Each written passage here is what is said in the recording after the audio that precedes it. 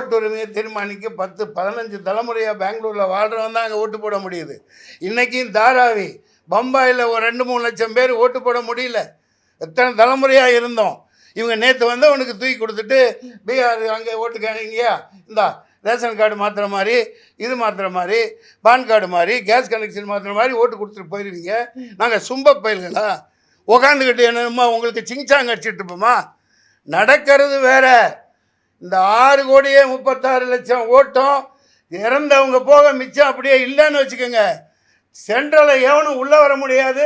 தேர்தல் கமிஷனை நான் எச்சரிக்கிறேன். எதானாலும் பார்த்துக்கலாம். நான் போராட்டம் பண்ணி எத்தனையோ தடவை ஜெயிலுக்கு போயிருக்கேன், பார்த்துக்கலாம்.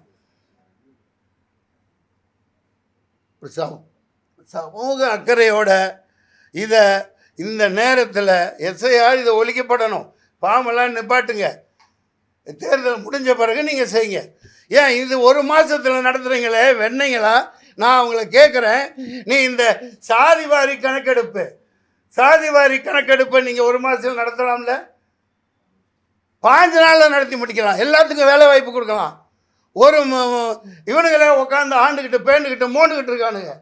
சாதிவாரி கணக்கெடுப்பை எடுங்கடா. ஏமாத்து வேலை.